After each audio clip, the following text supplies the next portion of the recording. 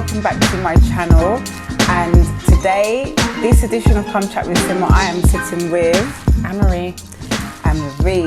And to get straight into it, I'm going to go straight into it, guys. I want you to tell my audience about what you do. Okay, so I'm a psychotherapist, and basically I run my own company called Empowered Mind Services. I also work for a drug and alcohol service in Brixton called Janus Solutions. In my private practice, I do group therapy, couple therapy, individual personal therapy, and with the drugs and alcohol service, I work with substance misuse and people also who have dual diagnosis or complex issues that come along with the substance misuse. Wow. That's a lot of things. That is a lot of things. So I deal with a lot of trauma. Oh, wow. Wow. And what made you decide to go into this path? I've always been a person that likes to support people. I'm really kind of like carbon copy of my grandma. Mm-hmm. So I wanted to be a teacher.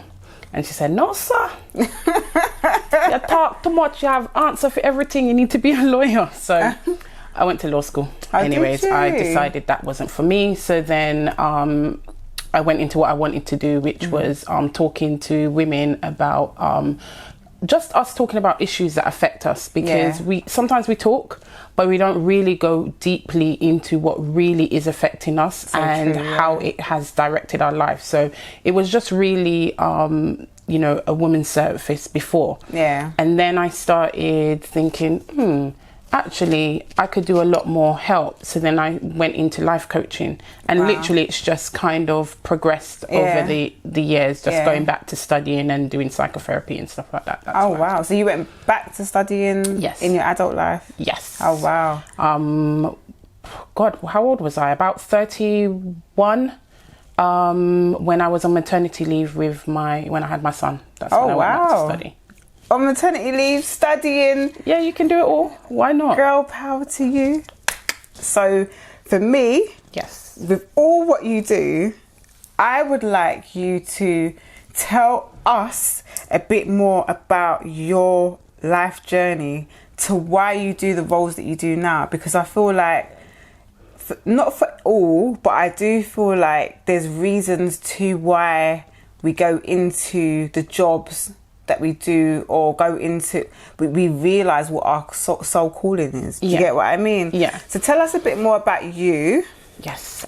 And it's interesting that you said soul journey, because I think that as people, when we are out of sync with our purpose and our soul, what happens is that we end up being quite miserable or depressed in life, because you're born to do something. You're born to give something to the universe, not just take. You're also born to give.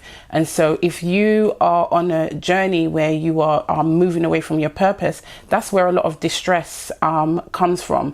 And so for me, I didn't know that earlier on. I did not know that early on. I just was strong-minded and just always wanted to do whatever I wanted to do. I mean, I went a bit off track studying law, but essentially I still felt it was my purpose, as in I would help people. So I've always been that type of person. And you always had that in your mind? I've always had that in my mind. When I was young and I was little, I wanted to be a teacher because I wanted to help young people, and not just to be a teacher and about learning, but to show them support and care. So I've always been that type of person, even with my friends and my family.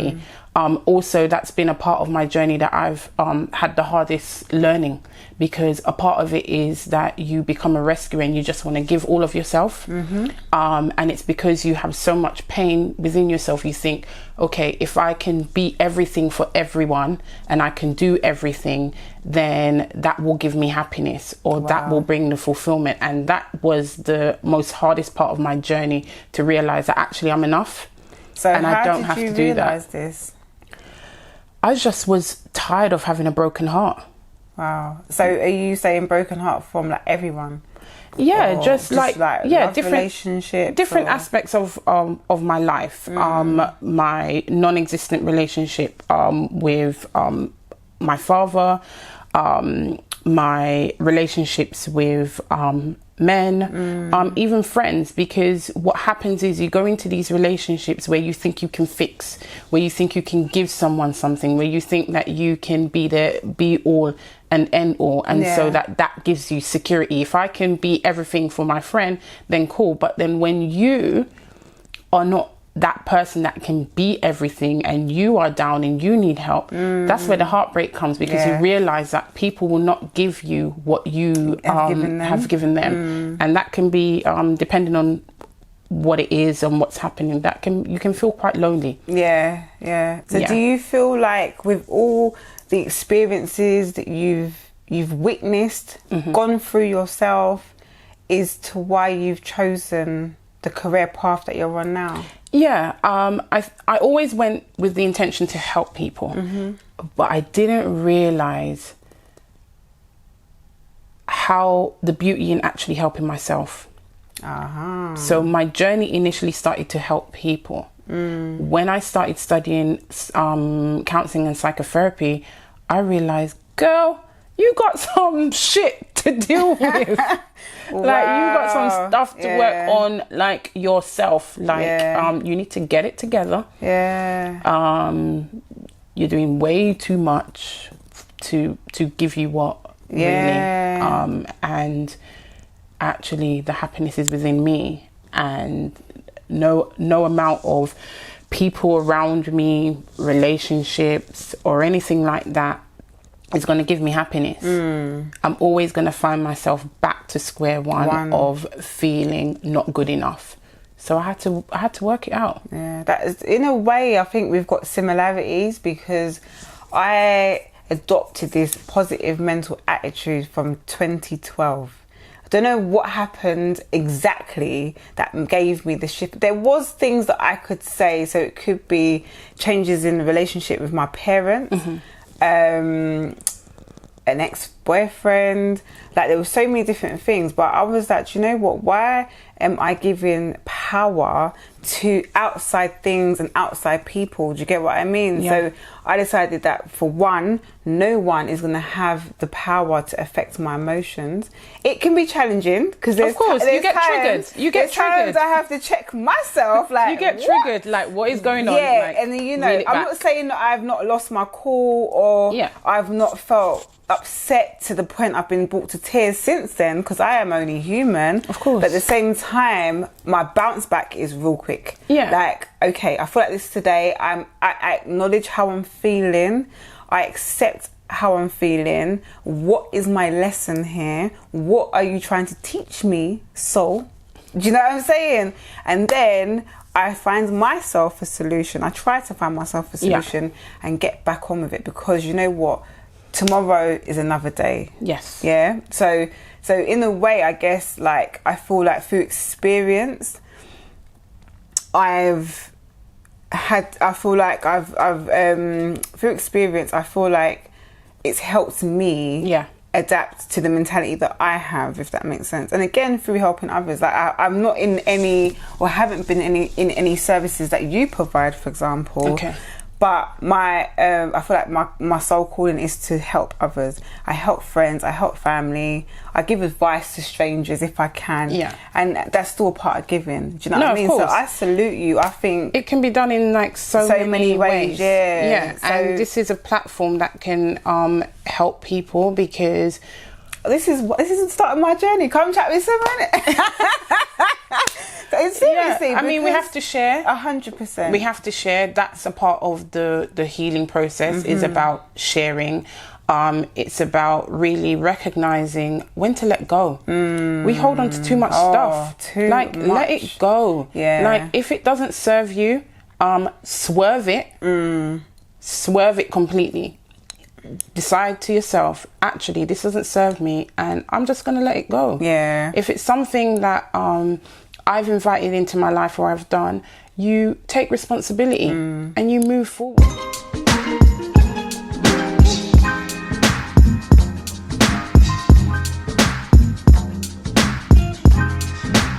What do you feel are the main issues in our community today? I really believe that one of the issues that is plaguing our community is our attachment issues, because we have a generation and generations of psychological traumas that have affected the way that we feel, the way that we think, the way that we behave. And if you think about it, if we've got a mom who has, for example, come from a household that had 7 siblings, and she was the person that had to take care of all of those siblings, and her mum was out working, a lot of her needs weren't met. You know, if there is an absent father, a lot of needs aren't being met. And so those traumas or those experiences that you have will lead you into where you go in your life and how you then behave, how you then react. And then you pass it down to your children. So this, for example, prime example is this idea of the strong black woman, as if we can't cry. As if we can't, we're not able to speak up about things that we don't like or that does not serve us. Because the minute that you do, you're aggressive, you're angry, you know, the angry black woman and all of those things. We're not angry. Actually, what we want is for a better life. We want happiness. We want to be regarded in the same way as others get regarded. So there's a lot of things that I feel are affecting our community. But when I'm talking about attachment, I'm talking about the psychological effects that has happened from generation to generation. And I can take it straight back to, you know, slavery, being men being stripped from, women being stripped from their homes and being raped and in front of their husbands, and their husbands having to look at that and can't say anything or do anything, having to rear children that are not even born from their own seed. Not being able to stand up for their family, their wives, their children, being separated. And we've got a whole history of separation, because not only did that happen, but then, you know, for example, you're in the Caribbean and you've started your foundation, started a new way of living. We were then stripped again because we were sold a dream. Our grandparents were sold, you know what? Come to England, come to da-da-da. So they left children back home, came to England, started up a new life. By the time they were able to maybe bring some of those children, if they were able to, they already had more children. And can you imagine being... The confusion. Then they're feeling neglected. Leaving your husbands back there or your wives. That's another process of being separated and having separation, and then realizing that wait, well, do we need a man in our homes? Like they're not here anyhow. You know, women being taken away from their children constantly because they've got to work 2 or 3 jobs. You know, these things do affect us. You know, us being in this place where we are strong and we can't show any form of weakness and stuff like that. I'm not saying that we this is what every woman does or every black woman, but there has been periods or times that I think that we can all say that strongness only pushes people away. We push away men, we push away friends. So these things affect us. You know, what about the man who has been stripped of everything that he knows about?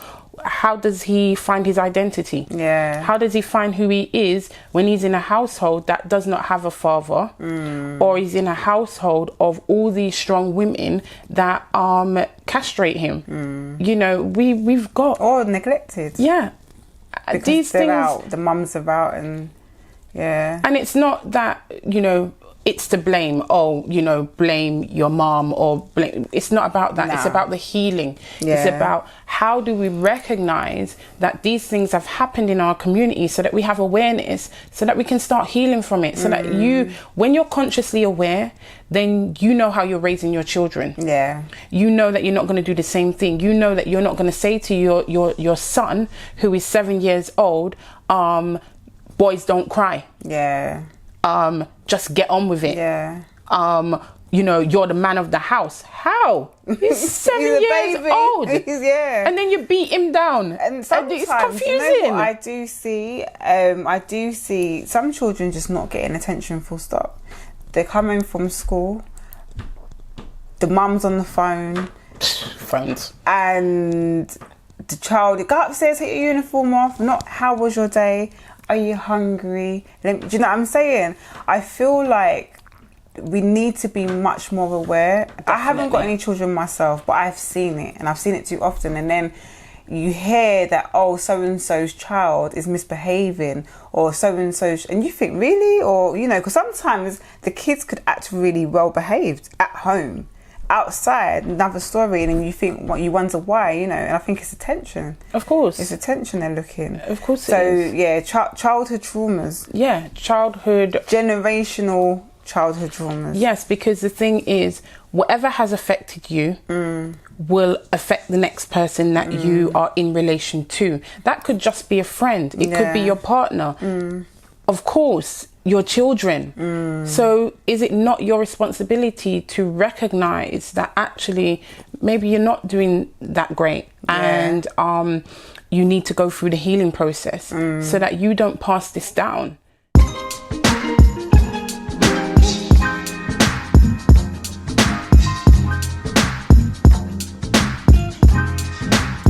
So what do you feel that we can do as a collective to help bring forth positive change in our community?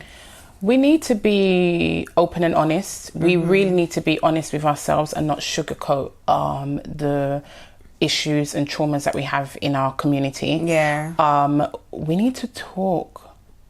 But most importantly, we need to listen. We need to listen to what's not being said. And very important. We really need to hear what the person is saying from their experience. It's not about you. Do you know what I mean? It's about the other. And when you are talking in regards to yourself, you just need to be completely honest with yourself and with others. Because that's the starting place. Because if you can't accept ownership, then that's when you find it very difficult to know what support looks like, know what real love looks like, especially if you're coming from a place of trauma, like, you know, childhood abuse, whether that be sexually, you know, any emotional damage. It's really hard for you to know what love looks like because you've been in an environment that's been very toxic, for example. So, you know, it's just about being able to start talking about the difficult things that we don't talk about, and stop with this narrative of don't talk about things that's happened in the house, that's happened in our family. Don't talk our business out on the street. Don't tell your teacher nothing. No, you need to behave so that when your child does talk, it's fine. You know, behave yourself. Do you think that still happens? I feel like... Yes, it does. Do you? Of course it does. I feel like for like our parents, grandparents, we can pull up statistics of children who have trauma from whether it's their experiences at home, whether it's it might not even be. I agree with this experience, like the trauma at home. But do you feel like parents are saying don't talk? Who wants people to talk about their issues out on the street? I shouldn't even laugh, but it's so true, isn't it? Because it's not even. It might not even be directly at the child. That doesn't mean that the child's not affected. Because if you have a partner who is abusing you, maybe physically abusing, maybe there's domestic abuse in the home, you're not gonna want your child to talk about that. Yeah, it's true. Do you see what I mean? Yeah. So you're already teaching your child to silence their emotions. That doesn't end up being good at all. No. Do you see what I mean? Grow up with that. Right. Yeah. And really, especially our men, they're not taught to express their emotions and talk. And black men have one of the highest rates of suicide and also of being sectioned because also they are misunderstood. Yeah. And they don't deal with their depression and things that stress them in their life. And what happens is if you do not deal with your mental health, it just gets worse. It just gets worse. It gets bigger and bigger. Things are co-created between each other. Yeah. Behavior is learned, right? You've never seen a child that's been born and you go, but geez, this child have bipolar. This child is bipolar. Have you ever? The babies come out and they're happy. Right. This is developed. Yeah. This is developed. So of course that means that we are responsible for making the change, for actually not just saying, hi, you're right, and it's just a passing comment. Do you know what I mean? Like actually really be interested if the person is okay. Actually check in with the person. Let the person know at any time. Let the person know that you are there. Yeah. And that you love them, and and I think actions speak much more than words. Actions is everything. Yeah. So, we need to form a new habit within our community. We do need to form a new habit. Start with ourselves. Yeah. And then we can extend that out to the people. Share the love. Share the love. Support is love. Yes. That is my motto this year and going onwards. I've always got something to say, like mottos and stuff, but that is it. Support is love. That'll be in all my hashtags. So I'm just so happy that you've invited me to your home again. I'm going to say it again because your private sanctuary, your private space. But I'm getting conscious of the time, so I'm going to wrap it up. But in terms of the services, guys, I recommend that, if you feel that you need someone to talk to, or I don't know, I think I'm going to say it lightly, someone to talk to, or you feel that you are in limbo in your life right now and you want a supported somebody. Yeah. Because I wouldn't say a service. I don't want to call it service. It is a service. Well, maybe you just need some help. Maybe you need some direction. Sometimes we get to a point in life where we kind of maybe feel like we're at a stopgap. Have some confusions around. Are we doing the right thing? Is this what I really want to do? I'm not really happy. Like, seeing a therapist is not. It doesn't mean that you are severely depressed. Or and you have all these like psychological issues. It does not mean that at all. It's a place where you can feel safe to talk about whatever it is that's playing on your mind. And some things can feel quite light, but you're noticing it's not really going away. And so having that space where you can just get your a full sense of yourself and get some direction is always a good option. I think it's beautiful. I had a life coach myself, which I've shared on my journey so far on Come Chat with Sima platform. And I 100% recommend it. I live by it. And I feel like by having a life coach or a mindset coach, he's a mindset coach, it's pushed me to step out of my comfort zone and do things that I would have never thought of. Like, you know what I'm saying? So yeah, man, and I feel like I just needed that little support, that little nudge to say, Sima, it's okay. Like what I would have probably told my inner child, that it's okay, and I think I just needed that reminder that it is okay, and I still have to remind myself today, so yeah, man. You have to check yourself. You have to keep yourself in check, and I told you I work at a drugs and alcohol service, and people have really complex issues. And one of the things that we always say in that service, that uncomfortability is growth. If you are too comfortable, you're not going anywhere. Yeah, nothing grows here. You say it like nothing this. grows. Yeah, even soil needs movement. Nothing grows. Yeah. So uncomfortability is actually growth. Don't be afraid. Look like this. Yeah, you got to be moving. don't be. There's nothing wrong with having fear, because it can be a part of the uncomfortability. It can be a part of the push. But if you're using it to keep yourself stuck, procrastinating, not moving, not doing anything, then it's not good for you. You literally have to push yourself out there. That's the reason why I'm in this job that I do. Yeah. I took a leap of faith, left my career behind as head of management for a global retail company, and decided, this is what is my purpose, and this is what I'm going to do. And I'm going to allow my spirit, my purpose, my soul to take me where I need to be. Mm-hmm. Yes. Anne-Marie, how can my guests follow you, contact you, get advice from you, come to visit you? Not at my house. only me get them privileges. Yeah. Only you. No. All right. So I want to know everything. I want to know email, socials, website, everything. Right. So you can find me on empoweredmindservices.co.uk. And you can email me also at counselling@empoweredmindservices.co.uk. But if you go to my website, you can just contact me via my website. I'm also on Instagram at Empowered Mind Services or EMS. And on Facebook also as Empowered Mind Services. So even if you DM me on Facebook or Instagram, I will get back to you. You might just have a question. Don't feel that you have to book an appointment or anything like that just to ask me, any brief questions. If I can help, I will. If I can't help, what I will do is put you in direction of someone maybe who can help. And sometimes people just really ask me about, how can they get a handle of, their depression or things like that, or stress at work. So I might be able to just give you some stress management tools that you can do at home. So just contact me. No, that's amazing. That's amazing.